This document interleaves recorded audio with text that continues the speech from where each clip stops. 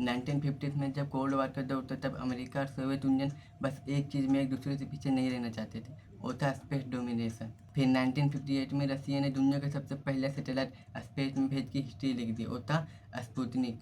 और उसी दिन से अमेरिका के अंदर एक डर जाग गया कि अगर वो लोग स्पेस में आगे निकल गए तो हम लोग पीछे रह गए। और फिर इसी बेइज्जती के जवाब देने के लिए अमेरिका ने एक प्लान बनाया।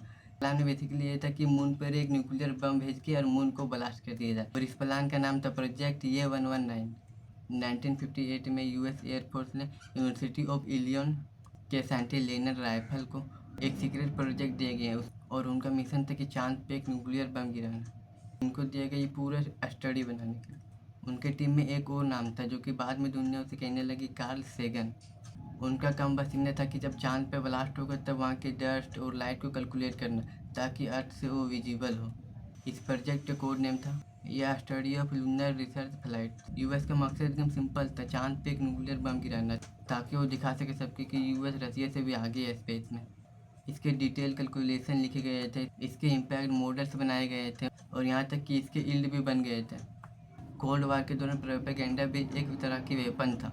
यूएस चाहता था कि जब भी कोई चांद की तरफ देखे तो उन्हें एक ब्राइट फ्लैश दिखाई दे, अमेरिका की पावर का सिंबल। उनको लगते थे कि ये उनका प्रेस्टीज वापस लाएगा। लेकिन कई साइंटिस्ट इस आइडिया को बहुत डेंजरस बताते थे क्योंकि ब्लास्ट करने से रेडिएशन फैल सकता था और चांद की सतह को भी नुकसान पहुंच सकता था।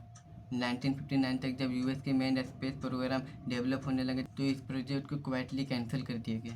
प्रोजेक्ट ये-119 कभी हुआ ही नहीं और ये काफ़ी साल तक सीक्रेट रहा। इसके बारे में लोगों को पहली बार तब पता चला जब लेनर राइफल ने पहली बार अपने इंटरव्यू में इसके बारे में बताया। ये प्लान कभी सच में एग्जिस्ट भी करता था। तो दुनिया को पता चला कि अमेरिका एक वक्त में चांद पर न्यूक्लियर बम ब्लास्ट करने वाले थे। ये प्रोजेक्ट ये-119 एक ऐसा चैप्टर था जिसे हिस्ट्री ने ऑलमोस्ट भुला दिया। ये दिखाता है कि किस तरह फियर और ईगो भी साइंस को एक गलत डायरेक्शन में ले जा सकती। अगर वो बम सच में चांद पर गया होता तो आज शायद हम मून को नहीं देख पाते।